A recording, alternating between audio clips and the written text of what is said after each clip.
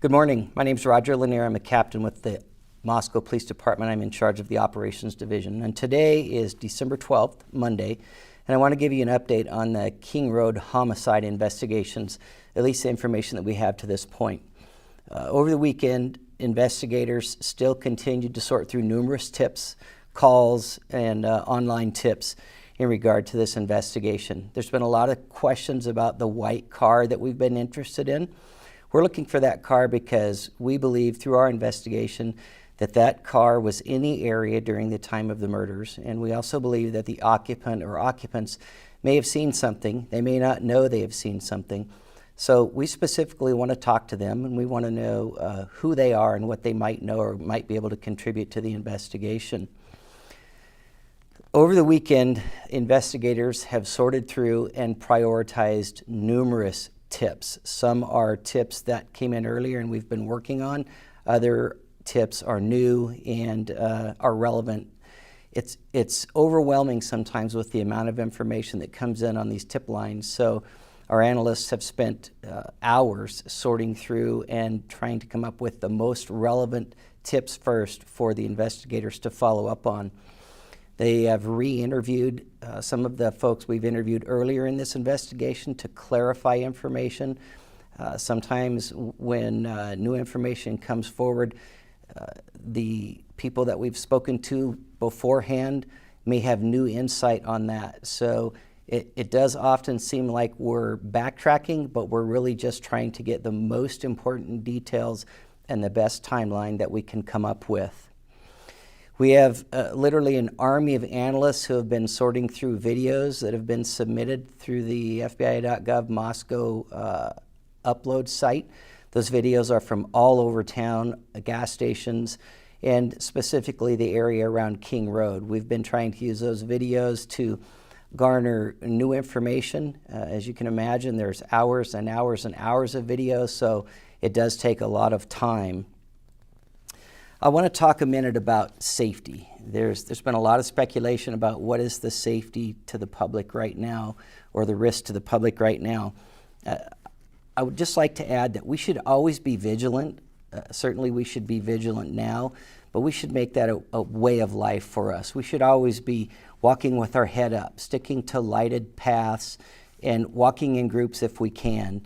And in addition, letting people know when you've arrived home if you have not made prior arrangements. This is not an indication of a specific elevated risk, but something that we should be vigilant with just in our daily lives.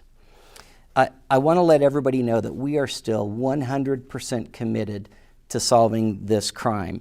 There's a lot of information to sort through, and the information keeps coming in.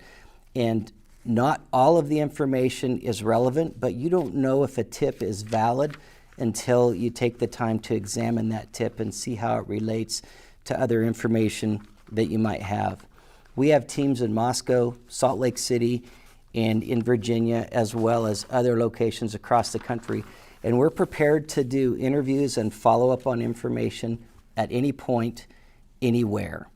The ISP and FBI investigators, along with the Moscow Police Department investigators, includes dozens of analysts, tip line operators, and others, and they're working around the clock 7 days a week to sort through the volumes of information.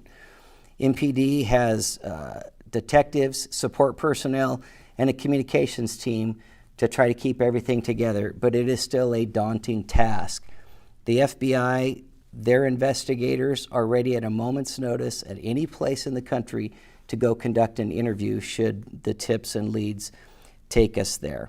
And the Idaho State Police has, besides working on the investigation, had several uniformed troopers in the area to help with safety concerns around the city and on the University of Idaho campus. And just a quick reminder, please stick to official news releases for information.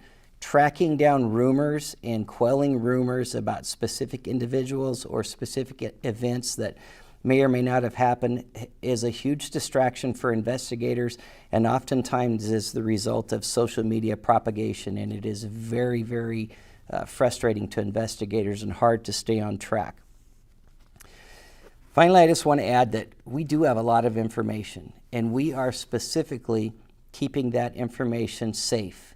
We're not releasing specific details because we do not want to compromise this investigation. It's what we must do. We owe that to the families, and we owe that to the victims. We want more than just an arrest. We want a conviction. We owe that justice to Xana, Kaylee, Madison, and Ethan. And finally, I would just like to remind anybody with information, you can call the tip line at 208-883-7180, and that is directly to the tip line office in the FBI. There's been some frustration about having to wade through the tip line, but remember, this is not the only investigation in the country, so please be patient. We want that information. Anything could break this open for us. And then also the email tip line is tipline@ci.moscow.id.us. Thank you for your continued patience in this investigation.